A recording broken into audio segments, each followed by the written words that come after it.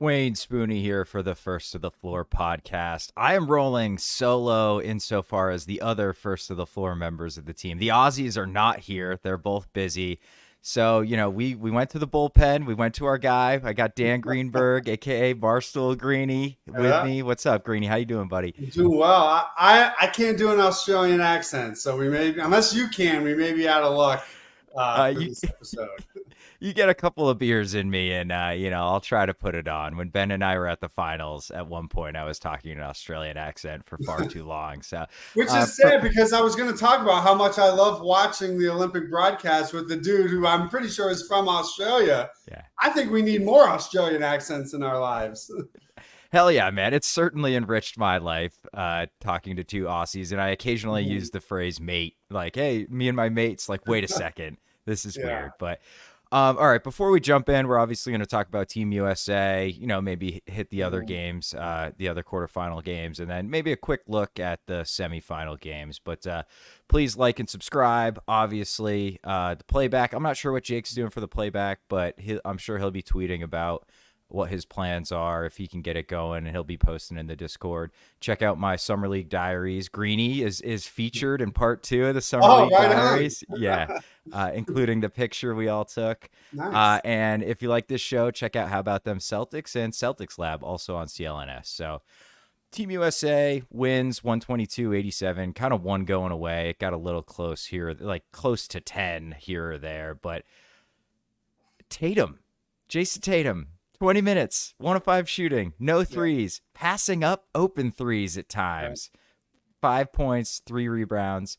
How worried are you, dude? Like, how are you getting worried? No, Okay. I'm just, I've accepted the fact that, he isn't going to be the main focus of any lineup that he's on and that he's in, right? Like, he's not going to get over 10 shots. He's there to soak up minutes and to do a little bit of everything. And that, for me, that's fine. I think my frustration was only, Steve Kerr gaslighting me and telling me there's no way you could work him into a lineup, which is just, factually inaccurate.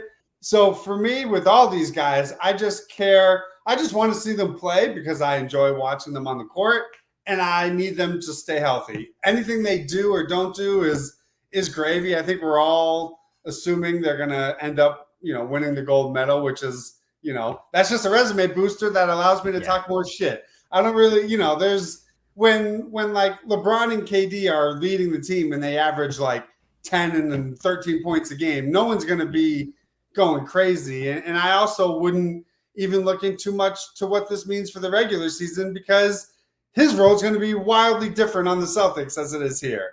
I think it's fair to say, like, it'd be nice if he hit a jumper, right? Like, just so we could see it, just so we could be reminded that he has the ability to hit a jump shot. But, until I see him start passing up these threes in preseason and regular season games, like you mentioned, I'm not worried at all. Yeah, and he's in a role where, like, Tatum, he's had games, right, where he shoots like 5 of 20 and stuff like that. He's just kind of like in one of those games, but he's not playing enough and he's not getting enough shots up that it's like stretching out over multiple games. So right, and it would be when you're in these Olympic games and you're really only working in 3 or 4 minute shifts, like everything you do, both good and bad, is magnified, right? Like if you have like a good comparison is like Devin Booker, right? Shooting the ball insane right now. It has warranted his minutes. Over the course of an NBA season, he's not this level of catch and shoot type player, but he's able to show it in his short spurts that leaves that lasting impression. It's the same thing with Tatum, same thing with Derek, same thing with Drew. Yeah, it's funny. Jayson Tatum was a more efficient catch and shoot 3-point shooter than Devin Booker this season. It's crazy. So it's just the nature of entirely small sample sizes. And I always this is like one of my big theories that like some guys just need to touch the ball to like get comfortable in a game, and I think Tatum is absolutely one of those dudes.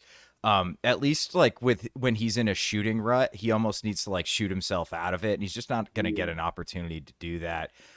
Booker, not really one of those dudes, apparently. At least he's showing he's not in these Olympics. But yeah, he had 18, 5 of 7 from 3 this game. hate to admit it, I'm definitely the podcast's #1 LeBron hater. 12-3-9. That first half, dude, he looked like friggin' Magic Johnson. Yeah, he's had some turnover issues, right? Yeah. But Yeah. I mean, he's been playing the most complete basketball, I think, of anybody so far. And I mean, these last 2 games, I don't even have a problem with Anthony Edwards sort of, riding his hot hand. As long as he's playing within the offense, give him 13, 15 shots a game if he's going to keep shooting 60%. My only issue, and it's going to be interesting to see what happens with Serbia, is Steve Kerr going to gaslight me again and tell me that he can't be on the floor? And I don't know if Embiid plays. They're already introducing some ankle soreness. Who knows? But that's what I want to see, because if he doesn't play Tatum, what are you doing, dude? This is a chance to get to the gold medal game. Jayson Tatum is good enough to be on the floor. If he does play Tatum, then he sort of, and everyone's healthy, he sort of backtracks everything he said after the DNP in the opener. Yeah. So it's like, one way or another, Steve Kerr is going to make me angry. I just can't wait to see which way it's going to be. Yeah, right. We will find out. The Embiid stuff is so out of the Joel Embiid playbook to be like, hint that there's some ankle soreness.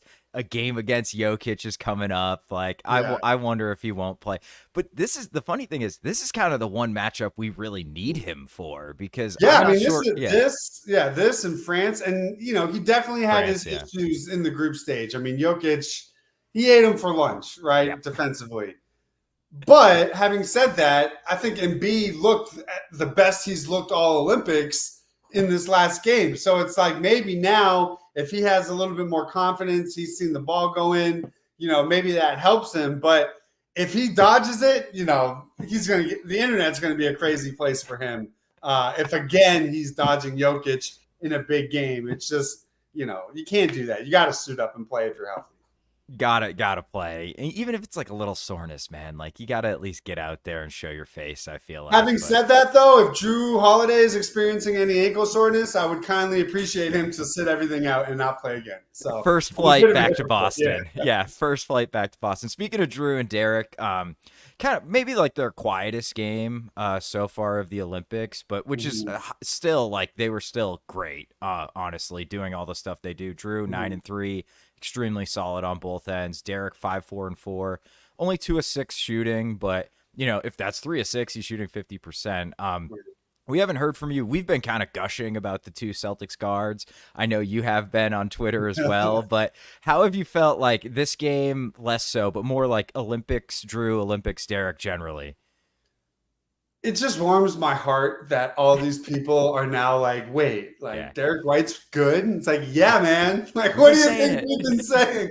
And I just, it's not surprising that, the ultimate glue guy is thriving as the ultimate glue guy in this roster. I think, it's a little surprising that Drew has started, but I've loved how he's played. I mean, from October until now, I just feel like he's been so insanely consistent. And I think a large part of it is his role on Team USA, and Derek's really, but their role is really no different on this team as it was for the Celtics, right? You're hearing Steph talk about how he's sort of struggling just being an off-ball decoy, not getting his touches. We're seeing Tatum struggle with his issues. Drew Holiday and Derek White haven't had to change a single thing of how they play during the year. So it's no surprise that I think they've been, outside of Durant and, LeBron, probably the 2 most consistent players, on the roster. And listen, if Drew's feeling young again to the point where he's throwing down lefty dunks, I don't feel as bad about that, how that extension is going to age, because he doesn't look like he's aging. And I just, it's so impressive what he was able to do the last Olympics, going from winning a title to stepping right on a plane and, going to Tokyo. For him to now do it again, I mean, listen, it just solidifies him. I mean, I don't want to say he's Hall of Fame stamped, but 2 titles, 2 Olympic gold medals, some All-NBA defense. I don't know. I think he's making a case for himself. And I'm just stay healthy and keep this, this duo going into the year. Yeah, Drew's got a couple All-Star games under his belt too, so I absolutely think that the NBA Hall of Fame, or the Basketball Hall of Fame rather, is not Mhm. particularly difficult to get into, at least compared to baseball and football. So I think Drew, he has like two more good runs in him with the Celtics, two more good Mhm. seasons. I think he's a shoe-in Hall of Famer. Um, but yeah, they've been awesome. That's a great point. It's like, oh, you need Drew and Derek to play next to three high usage stars. Like, well, we've been doing Yeah. that for 82, 100 games this season. So Yeah, like that's very simple. Drew Holiday has a spot up in the corner or flash to the dunker spot. Okay, he's only been Yeah. doing that for 120 games already. So, Yeah, right. He just eviscerated the Mavs on the short roll, and now gets yeah. Kevin Durant hitting him on that pass. So, um, yeah. What about the? I guess going back to Tatum really quick before we kind of move on here to the most important matter, which is Tatum's new shoes. What Mhm. about the like narrative around here? Because around Tatum rather, I feel like I've seen people using this like non-shooting stretch. Like even I was listening to Simmons today, and he was like, "If you take the Eastern Conference Finals last year and this playoffs, he's shooting 28% from three." And it's like, well, you're also ignoring the 37% regular season he just During the had. Like, year, yeah. yeah, man. So like, do you feel like the narrative's going overboard on Tatum?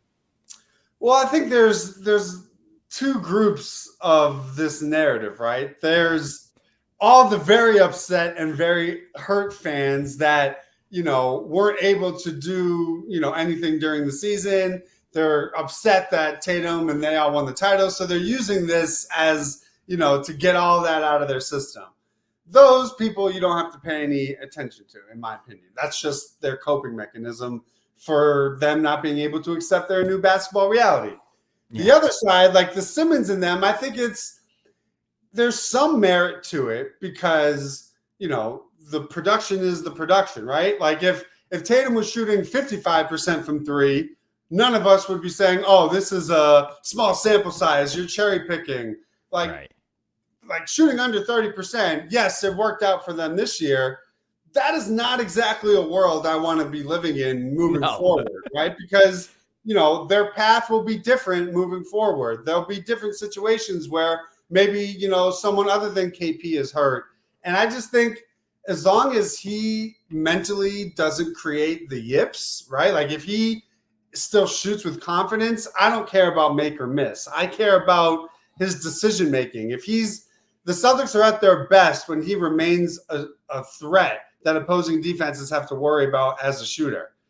If they're going to lay off him, it's going to allow him to catch a rhythm. We're not going to have any issues. But Yeah. if his shooting becomes like a non-factor, teams are just going to sag the paint, and it's going to grow into a larger issue within how the Celtics offense operates. But I don't know, man. I mean, it's like everybody's playoff efficiency goes down, right? Like Jaylen Brown shot just as bad in the finals from three, and we're not really hearing about it. Luka missed like 23 straight threes in the finals, Yeah. and you don't really hear about it. So I think part of it is this obsession with nitpicking Tatum's game, because I think part of it is how successful he's been right from the jump. It's like we got to find something that's wrong with this guy who appears to be like this perfect citizen, perfect father. It's like there's got to be something, but I do think there's merit to saying, moving forward, he's going to have to just shoot league average, right? Like 34% is good enough. 28%, it didn't bite them in the ass this year, but that's playing with fire moving forward. Yeah, for sure. And it just feels like to me he just needs to like get in a gym for like a week and just kind of work the kinks out or something. And I also think there's probably a fatigue factor here too, man. Like he just Yeah. played 100 games, and Tatum doesn't really take games off, and he plays shitloads of minutes and playoff minutes. Even though they did not have the most arduous playoff journey of all time, they still put a lot of miles on you. So and I wouldn't be shocked if he wasn't exactly like peak training regiment that like couple weeks after the finals either, Yeah. And also, I don't want to make an excuse for him, but you watch some of his closeouts, he's going like 60% speed. So it's like, I think part of that is maybe playing into it. But I just think, he's a streaky shooter. He always has been, right? He's not Sam Hauser where like he wakes up out of bed and is a 41% 3-point shooter. Right. He's like you said, he needs to shoot his way out of things. he has one game, he makes 4 or 5 threes, he starts getting onto that roll. And I just think we're in a rut. And, it was such an important part of the playoff run for him to focus on other areas where, like, his 3-point shooting, if it went in, great. If it didn't, okay, I'll figure out a way to impact the game in another way. On Team USA, it's like you're only going to get 2 or 3 shots a game, so you better make it. Yeah, and like, look, he's playing a lot of the times they're up 20. They're up 28, and so you're not going to be going 110%. You're not doing playoff intensity. To be honest, I was more concerned with his misses at the rim than I was with his 3-point shooting. Like, just dunk the ball, bro. Like, come on. Dude, that's what I was going to say. He had like 3, I think, very makeable bunnies where he missed. I know Embiid cleaned one up. I think somebody else might have cleaned it. And he got fouled on that, like on the dunk attempt on that one. But, even still, the spin on the baseline left it short. Like, you can dunk that, man. It's okay. Yeah. Yeah. So, but ultimately, I think he's fine. He has such a long track record of being at least a good shooter, maybe not a great shooter. And the misses at the rim, like that doesn't really concern me. He was good in the playoffs at the rim for the most part. So, all right, Tatum. I'm not a shoe guy. I'm very uncool. Do you have any takes on the Tatum threes, or do you want to just move on? I mean, I saw them. I think I'm like you. I'm out of that world at this point in my life, but I thought I remember seeing like his prototype before his original, like the first editions got released, and I was like, this cannot be his poster shoe. No, yeah. I feel like they look good. These ones, like, okay, cool. I'm sure it's not as bad. It's not as good. I mean, I don't know. I think the worst part will be debuting this shoe and then getting another DNP. It's like, I'm going to need, if Nike was so instrumental on keeping Jaylen Brown off the court, I'm going to need them to be instrumental to getting him on the court, Tatum to be on the court so they can, sell some shoes. Yeah, make the call, Phil Knight. I know you got Kerr's number, man. You guys are both in the Northwest there. So, yeah, I mean, I have no conception. Like, people will have a shoe that I think looks ugly and everyone's like, wow, that's fire. And then a shoe will come out, like Curry's came out and everyone was hating on him. I'm like, I kind of like it. Yeah, so, then again, I was brought up with like the Shaq. Remember, it was like the waves on the Shaq, like the black and white. Like, oh yeah. I'm from an era where the shoes were disgustingly ugly. Yeah. So I don't know if I can accurately judge, a 2024 shoe. I absolutely cannot. I know I can't accurately judge a 2024 I think it was the Hypnotics, the Shaq Hypnotics. Yeah, man. That's a throw. That's like reaching deep in the memory vault. It's like 1997. Yeah, dude. Yeah. All right, real quick before we jump into our prize picks ad, we got to bring up the Australians. This is we've got 2 Aussies on the podcast. Those poor bastards hung tough, man. They had a huge lead that they blew, went to overtime, and then Serbia beats him in overtime 95-90. They kind of got Jokic at times. It wasn't Jokic's best game, but I think he had 21, 14, and 8. Some good defensive Jokic possessions in overtime. Especially, in the overtime. Yeah. And then, but, probably his last Olympics, Patty Mills goes out how he came in, man. 26 points, absolute flamethrower in the first half. And Giddey, 25, had a really good Olympics overall for Josh Giddey, too. So, I'm assuming you watched this one, but if you didn't, we can move on quick. I think this is what I love about the FIBA World Cup and the Olympics is there are certain guys that just turn into these FIBA basketball monsters, right? You mentioned Patty Mills. Like, Patty Mills has destroyed Team USA as part of, dude. Like he just turns into a different level. Same thing with guys like Dennis Schroeder, Evan Fournier. Like, hilariously, all these former Celtics. Like, where was this when you were on the Celtics? But right. I think for Australia, it's like, you get that close in a 40-minute game, up 24, like that's a game you have to win. And then Serbia just comes back and it's a 1-point game in 5 minutes. It's like, once you knew that they came back, I think that was their death sentence. Jokic, once you give him life, he hits you with the Sombor shuffle right in your eyeball. He's blocking shots at the rim. He's causing steals in transition. It's just like, that's my fear going into tomorrow is, it's hard to beat that dude 3 times. And I think Bogdanovic is shooting the ball well. So, I was thinking of Ben and Jake when that was going on, because I'm sure they were like losing their minds up 24. But that, Jokic is like Thanos, man. It's like you really have to cut his head off to beat him. Yeah, and it looks like the Nuggets might be cutting his head off with the offseason they've had. But yeah, I'm terrified, man, that we're going to have to play him again. Like, if there's one dude I didn't want to see in the semifinals, it's Nikola Jokic. So, but we'll see. Yeah, he's just, it just doesn't even matter who he's playing next to. He makes all these dudes just look so much better with the way he passed the ball. Although sometimes they like didn't give him the ball enough at times. It's kind of weird.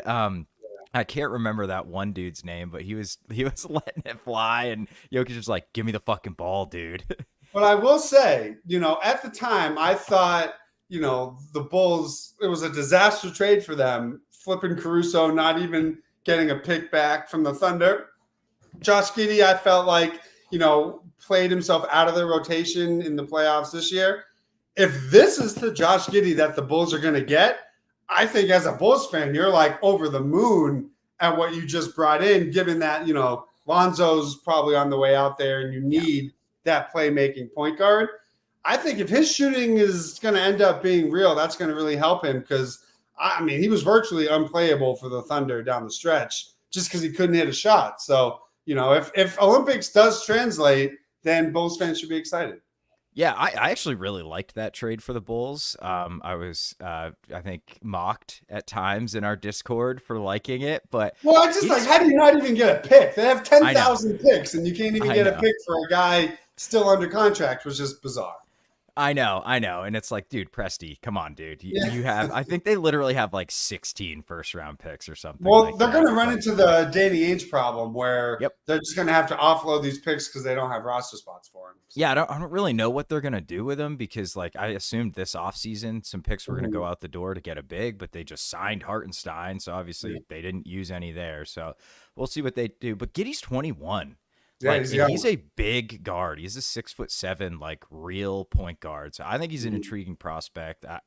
If I'm the Bulls, I think I'd rather take Giddey than 2 late first round picks or something like that. At least Giddey's a good, good's maybe a little strong, but a solid NBA player at worst.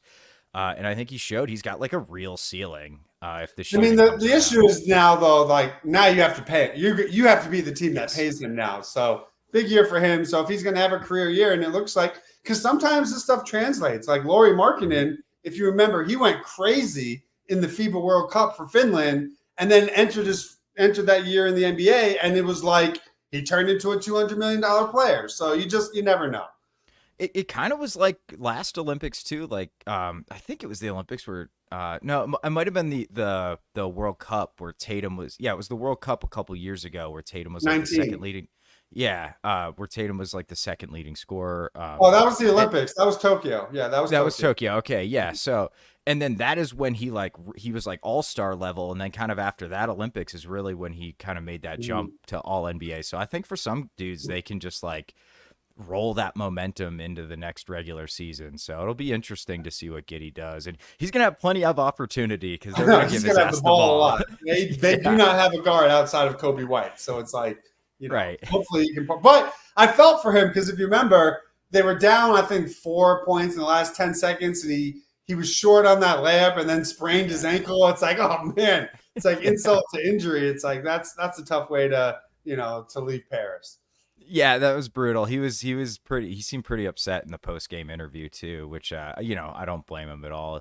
You don't get many Olympics in your career, man. You only get a couple. So, all right, before we're gonna jump into France, Canada, but we gotta hear a message from PrizePicks. PrizePicks is America's #1 daily fantasy sports app with over 5 million active members. PrizePicks is the easiest and most exciting way to play daily fantasy sports. Unlike other apps, on PrizePicks, it's just you against the numbers. All you do is pick more or less on 2 to 6 player stat projections and watch the winnings roll in. Get in on the daily action with your friends and become part of the PrizePicks community today. You can now win up to 100 times your money on PrizePicks with as little as 4 correct picks. You can turn $10 into $1,000. With the finals over, However, the hoops action doesn't stop on PrizePicks. Women's basketball is still heating up with stars like Caitlin Clark and Angel Reese looking to make names for themselves alongside greats like Brianna Stewart and Asia Wilson. You could win up to 100 times your catch watching them ball out. I love how fun and simple the experience of playing with PrizePicks is. For the upcoming hoop schedule, I'll be looking at Caitlin Clark for more than 3.5 3-pointers made and Brianna Stewart for more than 23 points. I made my first $10 deposit and received an instant $10 bonus. If you have the skills, you can play for a shot at turning your $10 into $1,000. Download the PrizePicks app today and use code CLNS for a first deposit match of up to $100. That's code CLNS on PrizePicks for a deposit match up to $100. Pick more, pick less. It's that easy. Shout out to PrizePicks. It's super fun. Check it out. Use that promo code CLNS. Support the show. Support CLNS. France, Canada. This game was during my lunchtime mostly, so this is the one, other than the USA game, I was able to pay the most attention to. France wins 83. Actually, I think I have the score wrong, but they won by over 10. I think my biggest takeaway from this game is Danny Ainge hit on the Yabusele pick. I don't know. What do you think, Greeny? That's why I tweeted out. He wasn't wrong. He was just early. That's all. You're right. Not wrong, just early. So that was everything I had been hoping for. What was it, 6 years, 7 years ago? I mean, who even knows how long? But it's a nice reminder, and I think for Team USA especially, that, Canada was a roster of 10 NBA players, an MVP candidate. They were, a lot of people consider them to be a real threat. But in these games, none of that shit matters. It's who is better on that day. And if you don't come with the right mindset, you can get beat. So for me, it was like, I hope Team USA is watching this game as a wake-up call as opposed to, more than anything else. Of like, I think they would have beaten Canada had they gone through and faced them in the gold medal game. They beat them in the tune-up games. They're just too small for Team USA, but I just think it's just a nice reminder that FIBA basketball is weird. Weird shit happens. And you also got to factor in France is going to have some home cooking. So it's you add all that stuff up and, I think it was a surprise. But then, at the end of the day, Canada has underachieved in every tournament they've been in, right? Like they haven't medaled since 1936 or something crazy like that, I think it is. So I think it's more concerning how bad Jamal Murray looked than anything else. But for me, I just hope Team USA used it as a sign of what can happen tomorrow if they don't come, with the right mindset. Yeah, for sure. I mean, Canada, I think talent-wise, it's them or Germany for the easy number 2. France is kind of in there. I don't love France outside of Wemby really, but Canada's got a lot of talent, and Wemby was destructive around the rim. I thought he blew up so many drives from these Canadian players other than SGA, SGA is comfortable pulling up floater range stuff like that, which is what you have to do against Wemby. But Dylan Brooks, these guys are just going absolutely nowhere. But yeah, to me, if I was a Nuggets fan, dude, I would start getting worried. We're kind of having these same conversations about Tatum, but the thing about Tatum is athletically he still looks great, and we just won the title. Right. I'm not really concerned. Murray looks a step slow to me. He was never a super athlete. So if he loses a step, it's holy shit, this guy's might be in real trouble. And he made 1 3 in the entire Olympic Games. That is concerning. And they needed him against this team. They've got all the rim protection in the world. They needed somebody to stick pull-up threes, even just a couple to draw the centers out of the paint, and he just couldn't do it. He did nothing. He had a huge turnover down the stretch when they were making a little run too. It was a disaster for Murray, all Olympics really. And here's the conundrum, right? He wasn't all that great in the playoffs, right? No. He sort of limped to the finish line, has a terrible Olympics. The Nuggets have to make a choice, right? Are you going to commit a $200 million extension to him? So then in this new CBA world, you're pretty much locked in to the Jokic, MPJ, Murray trio. That's your core moving forward. KCP's out of the picture. They're relying on if he doesn't return to the version of Murray that we saw when they won the title, they're a cooked product. Their window is drastically different because, if they give him this extension and he continues to be injured, doesn't play up to that sort of level, who's going to want to trade for that contract, right? So now you're relying on 2 injury-prone guys and Jokic with a depleted bench. I don't know, man. It's like, it's crazy to think that their window could be closed, but I think that's why the Celtics need to take advantage of the window that they are in, because life in the NBA can change literally from one season to the next, right? Like everyone was saying, oh, this Nuggets team, we're about to see a dynasty. Here we are 2 summers later, and people are legitimately asking if their window is cooked, if Murray isn't going to be that same guy. So I think that's a much bigger issue than, the Team Canada stuff. That's whatever. It's more like with the West getting better, I thought it was interesting that they didn't sign that extension before the Olympics. Where is it? I'm still waiting on the Woj bomb. I'm seeing everybody else get their extensions. So it makes you wonder, like, if they're not going to extend him, do they trade him? But who's making that trade right now? It's a very interesting, situation for them. Yeah, because like if you're not going to trade like for like no team with an all-star guard is going to be like, oh yeah, give us Jamal Murray for Instead, him. right. So I don't really think their only choice is that they let him play this year out and hope he looks awesome, and then they give him the big contract next offseason. But like that, Utah tried to like shortchange Gordon Hayward similarly when he was in restricted free agency, and he said like, that's why I wanted to leave. What they did to me 4 years ago is why I wanted to leave. So you're kind of like playing with fire. He'll be a UFA next offseason. Like he has no obligation. Right. And so on the flip side of that, even though he would have been restricted, is like Tyrese Maxey, right? Like they waited a year on his extension, then gave him the max. It all worked out. But if someone's an unrestricted free agent, and you're going to lose, that's why I think we're entering an era in the league where it's pay your guy now and figure it out later. We saw the Cavs do it, with Donovan Mitchell. We'll probably see, the Nuggets do it with Murray. The Celtics gave all those extensions. We'll figure it out later. Teams aren't really going to be pulling off trades for that, mid-tier salary number, just with how tough it is with the new CBA.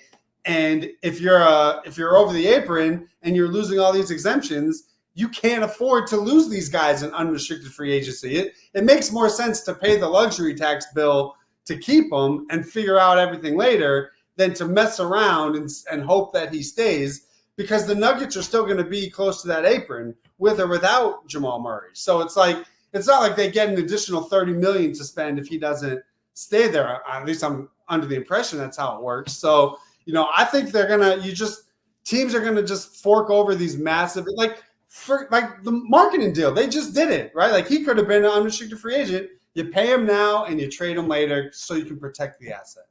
Yeah, and with somebody like Murray, right, where you're trying to get stuff back and still stay good, like Utah can just trade Markkanen for assets, right? Like they're not really trying to win right now. That might not be the smartest thing to do, but they could totally do that and it makes sense for them long term. If you trade Murray, you need to at least be nearly as good. And all the teams with good players who would want Jamal Murray because he's a good player, like Detroit doesn't need Jamal Murray. They don't want him. They're building for the future. Like you need to trade with other good teams. Those other teams are above the second apron, so they can't stack salaries to match his salary. So you can't even do like a 2-for-1 trade where you downgrade, Murray's the best player, but you get 2 good role players, because the other good teams can't do that because they're above the second apron. So yeah, you're right. It's tough because, trading Lauri Markkanen is easy. He's a 7-foot stretch big. Yeah, everybody has good guards now. Like even the bad teams have guys like Cade Cunningham. Like they have young point guards that they want to invest in and develop. Like who is even the best team that needs a point guard? Miami. But like, why would Denver trade why would the Nuggets trade for like Tyler Hero for Jamal? Like that doesn't make sense for them. Yeah. So it's like even the good teams that don't even have a guard don't have a position to trade that would make the Nuggets better than having. It's a disaster for them. And frankly, it's just too bad. It's just, it's just, like, damn, that's just so bad. So another contender. I don't have those problems, but what are you going to do?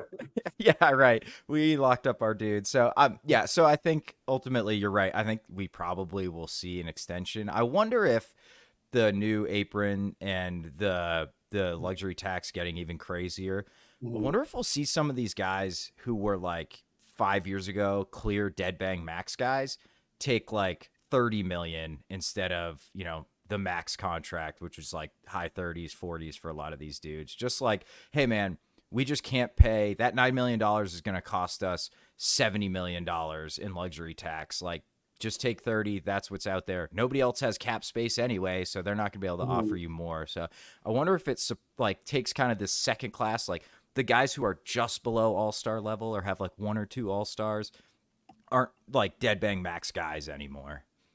I think what we're going to see is what we just saw on the Celtics, right?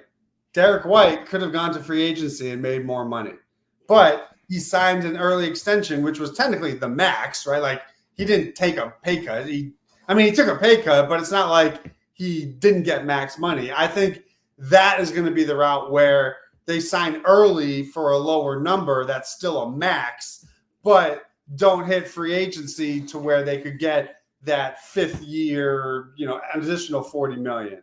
But I also think you're going to see teams overpay their role players because they're going to need these mid salaries to trade. Like we saw Pritchard get 32 mil, 7-8 mil a year. We just saw Sam Hauser get, 11 and a half. Mm-hmm. So it's like you can't just have 50 million and minimum salary guy. Like you're not going to be able to find trades with that, especially if you're one of these teams that can't aggregate. So like if you need a backup big and that backup big makes 11 million and you only have 30 million salaries and minimum salaries as a second apron team, you're screwed.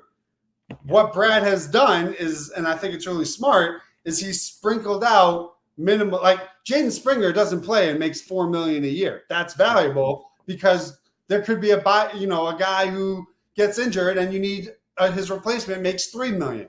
Well, that's more than a league minimum salary, so you use the Springer contract. Same thing with Hauser, right? When this team ultimately has to start shedding salary, which will come, I think we all can accept that. I would rather they shed off a guy that makes 11 than a guy that makes 35. So in order to do that, you need to reward. And, I think there are some out there that think Hauser could have gotten, Duncan Robinson deal or 18, 19 million a year. Sure, maybe, but 11 and a half for him is a pretty good number. If you're talking about potential trades down the line, that opens up your wave of candidates to a much broader field because he is a proven shooter. He doesn't make a shit ton of money, and it's not a max salary that a team is going to be like, oh, I don't want to blow up my, 35% of my cap space on an aging Drew Holiday, but I'll blow up 7% of my cap space for a, moderately priced Sam Hauser. I just think that's a better way to orchestrate your cap. Yeah, and it's just functionally easier when guys are making less money to make trades. It's kind of what Philly basically did it with KJ Martin. Like they gave him, they overpaid him. I think he's making $8 million a year, and people are speculating, and I think they're right. Is like because now he's much more tradable on $8 million than he is on $4 million. You can just get a different level of player. So yeah, it's going to be interesting to see how everything plays out under the new cap. But before we jump into the semifinal games. Real quick, Germany just kind of handled Greece, mostly FIBA Dennis. FIBA Dennis beasted, man. 13-8. Franz had 18. Both the Wagners have looked pretty damn good in Olympic basketball. Just a really balanced attack from this Germany team, who I think is pretty clearly the second best team and has been the easily. Best team in the Olympics. Yeah, they were the best team in the FIBA World Cup. They have size. They have good guard play. They have shooting. They, have continuity. I mean, they've been together for a long time. So I think, to me, they are the U.S.'s toughest challenge should both teams make it through. And, I mean, listen, they only have, I think, 4 or 5 NBA guys on their roster, but their NBA guys are those group of FIBA like Mo Wagner turns into he's an all-star big in FIBA. So it's like it's tough to comprehend how Dennis Schroeder is the best point guard on the planet, but you just have to accept that FIBA Dennis just is a different animal. So I don't think they're a team that would, take the U.S. lightly, wouldn't be intimidated by them. And if you remember from the World Cup, they just could not stop anybody, whether it was Schroeder or Franz Wagner, from getting into the paint. Mm-hmm. And if that's gonna continue, you're gonna see a tough game because the Daniel Tice is gonna come up with some blocks. I just think they're a well-balanced team that has the talent to hang with you should you make it to a gold medal game. So rooting for France. Yeah, right, for sure. And I hit on this last show very quickly, but like Franz represents something no other team in the tournament has other than the United States. Borderline elite two-way wing. Those dudes just like don't exist on other teams. The USA has like all of those guys. Yeah, they are only two-way players. Yeah, two-way. Right. Yeah, so like Franz is like the one dude who is kind of on that level as a wing in the tournament. Like the guy after him is like RJ Barrett or something, Or minus Yabu if you want to play Yabu with a 3, yeah, that's right. Yeah, he's comfortable all over the court. But yeah, Giannis like 22, 4 turnovers, led the game in scoring. I think making the knockouts is probably about as good as you can expect from this Greece roster. Yeah, I mean they couldn't hit a shot to save their life. Giannis averaged 28 a game on a 70% true shooting percentage with zero spacing. Like he was, and it's interesting because it makes you wonder if how far away from the Giannis that we saw in the Olympics was he in that Indiana series? Because it's like, if you could have played him a game or two, does that make a difference in how that series plays out? But, you obviously don't want to risk it. But, like, he looked just as dominant in this Olympics as any other, Giannis we've ever seen. But, it was the first time they made the Olympics since 2008, making it to the knockout stage, even though they had a negative point differential. Like, whatever. That's still an unbelievable accomplishment given because, like, they literally could not shoot the basketball. So, right. Even their best player doesn't even really shoot. So, for them, it's cool. But, I was surprised that Calathes was such a poor free throw shooter. I feel like I remember him as a guard in Florida, like being able to make free throws. And then I remember during the broadcast, they were like, yeah, he shoots like 51% from the line. It's like, what? Bizarre. Yeah. How do you, as a point guard, shoot 51% from the line? But, good for them. And, I'm sure they'll be back as long as Giannis is alive and decides to play. So. Yeah, he's at the very least got one more Olympics in us. Yeah, I'm pretty sure Calathes was bald at Florida too. I know, that's crazy. That is true. Yeah. All right, let's jump into the semifinal games. But before we do, our last message from GameTime. GameTime. I live in the shadow of the newest MLB sensation, Paul Skeens. He's absolutely electric. Pitcher for the Pittsburgh Pirates. I'm looking forward to making the hour trip up to Pittsburgh and catching a Skeens start with GameTime. GameTime is an authorized ticket marketplace of Major League Baseball, which makes getting tickets faster and easier. Prices on the GameTime app actually go down the closer it gets to the first pitch.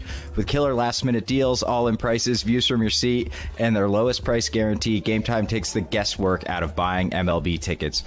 We actually just used GameTime to pick up our Summer League tickets, and I just attended a soccer game up in Pittsburgh featuring my least favorite Premier League team, Liverpool FC, all thanks to GameTime. Mo Salah, bald now. I had no idea, but he pulled the Jake Eisenberg and shaved it all off. Yep.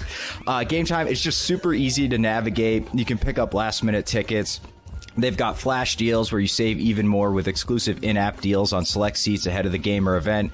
Zone deals where you can save when you choose a section and let GameTime choose the actual seats. And I think my favorite feature is you toggle on all-in pricing. The price shows up the total up front, no surprises or fees at checkout. So take the guesswork out of buying MLB tickets with GameTime. Download the GameTime app, create an account, and use code CLNS for $20 off your first purchase. Terms apply. Again, create an account and redeem code CLNS for $20 off. Download GameTime today. Last minute tickets, lowest price guaranteed.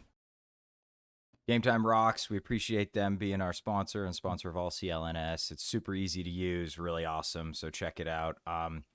Okay, quick take on the semifinals games. Kind of lame. We've seen both of these matchups already in the Olympics, right? Yeah. I mean, we've seen Serbia twice, in the tune-up games and then in group stage. And then Canada, France, Germany. It's like, it would have been nice to see new blood in there. But at the same time, I feel like when the tournament first started, if you had to pick 4 teams to make the Final Four, these maybe people wouldn't have picked France, but at the same time, the Wemby factor, I think, would have gotten them some votes. So, it's no surprise that at least Serbia, the U.S., and Germany, they're the top 3-4 teams in FIBA rankings. So that's not surprising. I just, I hope for health. I hope for a U.S. blowout and then a close game on the other side of the bracket. But, I think it's always better when the best teams make the deep runs. So, it would have been lame if, Team USA had a cake schedule, and it's at least Serbia and Jokic will provide some intrigue because they played Team USA even in the Jokic minutes in the group stage. So I'm all for intrigue as long as it ultimately ends in blowout for Team USA. But, I'm never going to thumb my nose up at seeing Wemby or anything like that. I mean, he's just as fun as anybody else. Yeah, for sure. And Ben made this sweet graphic for this segment, so I've got to put it up now. But France, Germany, 5.5 point favorites. USA 17.5 point favorites, which is pretty wild that we're almost looking at a 20-point line in the semifinals, but such is the way with Team USA. So France, Germany, I think it's a pretty interesting matchup. Schroeder is just way more comfortable shooting from this 3-point line than he is from the NBA line. It's a little bit shorter, and it's the type of shot you never take, a 22-footer in the NBA because it's just a long shitty 2. But in FIBA, it's worth 3, and he's been ripping it from 3 every game. So I understand why Germany's favored. I think this is an interesting matchup. People have been, I think Canada is actually a bigger favorite against France than this Germany team is, which is surprising. So I think France probably bought themselves some respect with that win over Canada. But, the France-Canada game, I could see this one going either way. But ultimately, I just think Germany's the second best team, and they'll probably eke out against. Yeah, they have the better guard play, and in FIBA, you need good guard play to truly be, unless you have Jokic, right? So it's they're surviving without it, but their guards actually aren't half as bad. France's guards, I think, have really been their Achilles heel. It hasn't burned them yet, but Wemby can't throw up a 5-point. He's going to have to be the Wemby we're accustomed to seeing, but. I don't know. I just think Germany's the more complete team. They have the experience. They have the continuity. They're the defending world champions. I just think, you have to give respect to what they've built and hope that France pulls off the upset because, if you're surprised by a minus 17.5 line in the semifinal, if it's France, Team USA, that could be a 25-point line for the final. That's not even going to be close. Yeah, and for sure. I mean, it's basically just Wemby, and I think you could make an argument AD is probably a better player than Wemby right now, although next year that might not be the case. So we have them at every position. Germany, but that's what makes us. Yeah. That's what makes it unfair. It's if you want to go big, we can go big. If you want to go small, we can go small. It's we can play Tatum at the 5, and then you're not going to know what to do. So it's nobody has the versatility that Team USA has as long as Steve Kerr isn't a bozo and remembers to use his versatility. Yeah. So it's just there's definitely a Grand Canyon-sized gap. I think everyone's a little too – the rest of the world is catching up. I think that's overplayed a little bit. But, we'll see. We'll see how it shakes out because, like I said, if you don't come ready, you can get beat. Yeah, and I feel like the world is catching up in the sense that Germany has, a good amount of NBA players. Yeah. 25 years ago, it was they have one guy, right? They have Dirk. But yeah, they got Dirk. Right, exactly. Team USA is all stars. Then that's just completely different than Dennis Schroeder, who's a nice bench guard, right? Right. So, it's we don't have any guy who's a decent starter. Right. A guy who can't play for us was an all-star and was just in the Eastern Conference Finals tearing it up, and he can't even get on the court. So it's a little bit of a different. Yeah, Tatum's getting 8 minutes a game. He's an All-NBA first-team player. Yeah. That's absurd. So, yeah, the Serbia matchup, we've seen it. I think we kind of know what to expect. Jokic is going to have to go bananas for them, but he can. And, yeah, Micic, he had a terrible game in the quarterfinals, but he's a solid guard. He was in the NBA last year, and I'm a Bogdan guy. It all comes down to Bogdanovic. I think he's the swing guy for them. If he's on like he has been these last 2 games for them, there are much more because if you remember, when Jokic went out, it was Bogdanovic that carried them through any sort of comeback attempt. He was the one that really solidified, kept Australia at bay. Yep. That was how we beat Serbia in the group stage, was they couldn't survive the non-Jokic minutes. Well, if Bogdanovic is going to help them do that, it changes the entire dynamic of this matchup. So for me, he's the you're not going to stop Jokic. He's going to cook anybody. Yeah. It's can you stop the guys around him, specifically Bogdanovic. You have to take away his three. If you don't do that, then you're going to be in for a much closer game than you think.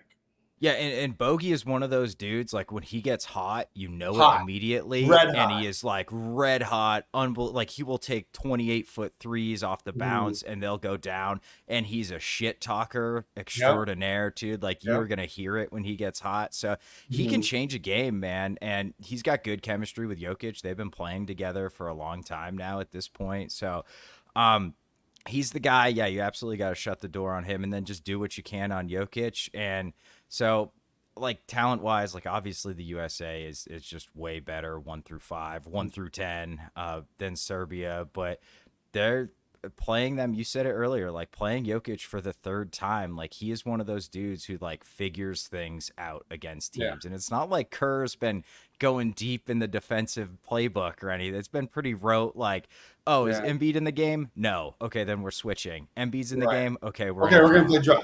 yeah. And that's it. And Jokic will tear that apart if you don't mix it up on him. So I'll be interested to see. Like, to me, it's whether Embiid plays or not is really going to change how we look on both ends. Because if he's healthy, I think Embiid's going to play a good amount. Yeah, honestly, it would just be so much more relaxing and stress-free if we just got a vintage Steph Curry 7 3-pointer game. Like, where's that been?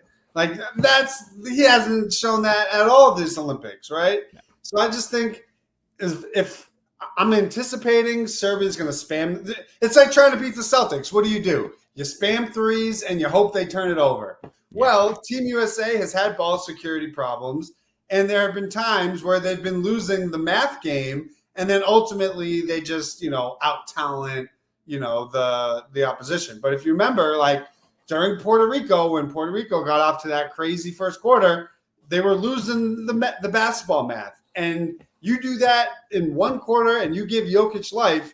We just saw what happens when you give Nikola Jokic life in FIBA. Like, he's going to make you pay for it. So once you reach these knockout games, it's like you can't just have one bad first quarter and then just turn it on later. You have to be locked in, ready to go. And I just feel like if they start raining threes and Bogey gets going and Team USA maybe starts cold, that's how you get into trouble. And we saw it happen in earlier rounds. They were just able to eventually out-talent them. But, there's going to be – it doesn't even matter if it's the starting unit. Team USA is not going to have the best player on the floor when Jokic is playing. So it's like that's the only game and only matchup that problem exists in. So I'm just fascinated to see what they do and how they look. Like, were they holding stuff back in these first two meetings, and now we're going to unleash the real plan? Because, even with Embiid on the floor, Jokic had his way with him. I don't even think any of them defended him at an acceptable level. So, we'll just have to see. Yeah, and like Jokic can rack up fouls on you, and that puts guys out of position or changes the rotation. Although I'm not really sure what the hell Steve what even is the are right now, but but if he's got a plan going in, foul trouble can undermine the plan. And the one thing I'll say is, like, you're right, we've looked bad when we've turned it over a lot, and there's been like the South Sudan exhibition game. There was too many turnovers. LeBron had that 6 turnover game, might have been against Puerto Rico, and that's when they started off hot. I don't know if Serbia's kind of got the horses on the wing and at guard defensively to make us uncomfortable enough where we're turning it over a lot. But there's also been times where like Embiid's just throwing it into the stands. That's what I mean. Like CTE basketball turnovers just like cannot. Like, it's time to be serious, right? Like, that's fine for the tune-up games, for the group stage. Like, we know you're making it out of that. Now it's like, all right. Like, this is why we're at the Olympics, is to win these games. So, I wouldn't hate if Steve Kerr says, you know what? let's try running offense through our point guards, who also happen to be fantastic offensive initiators instead of only doing things through point forwards or having Ant create off the dribble when he can't pass. It's like, use Steph Curry as an offense creator. Use Derek White. Use Drew Holiday. Like, these are guys that know how to run an offense around other stars. It just baffles me that they all just keep going into this default point forward, and yet he's not letting Jayson Tatum be a point forward. It's like, okay, you don't want your guards to handle the ball, but you don't want a guy who just ran the most efficient offense in NBA history as a point forward to run your offense. He's such a bozo. I can't stand it. I was talking about this as like Tatum just picked apart the entire playoffs with his playmaking. Like we just won a title partially on the back of Jayson Tatum's playmaking, and he's like setting pin downs for Devin Booker, and that's like his primary offensive role. It's very frustrating. To that point, and I don't want to only harp on Steve Kerr. Where's Eric Spoelstra and Ty Lue? Are they complicit in this strategy? If so, they're just as much of a bozo as them. So it's like, I want to know, are they saying, no, Steve, we should do this? And he says, no, I'm the head coach. We're doing it my way. Or are they like, wow, Steve, this is such a great idea. You're a genius. If it's that one, I don't want either of those guys on the 2028 team either. They can all get the hell out. Yeah, it's got to be Mazzulla and his staff in 2028. Damn it, let's go. I don't even need that. Like, have it be Mark Dagnall. I don't care. Just somebody that understands. Awesome. Someone that understands. Maybe you should give the keys to a guy that knows how to run the most efficient offense the NBA has ever seen. Seems like a decent idea. I don't know.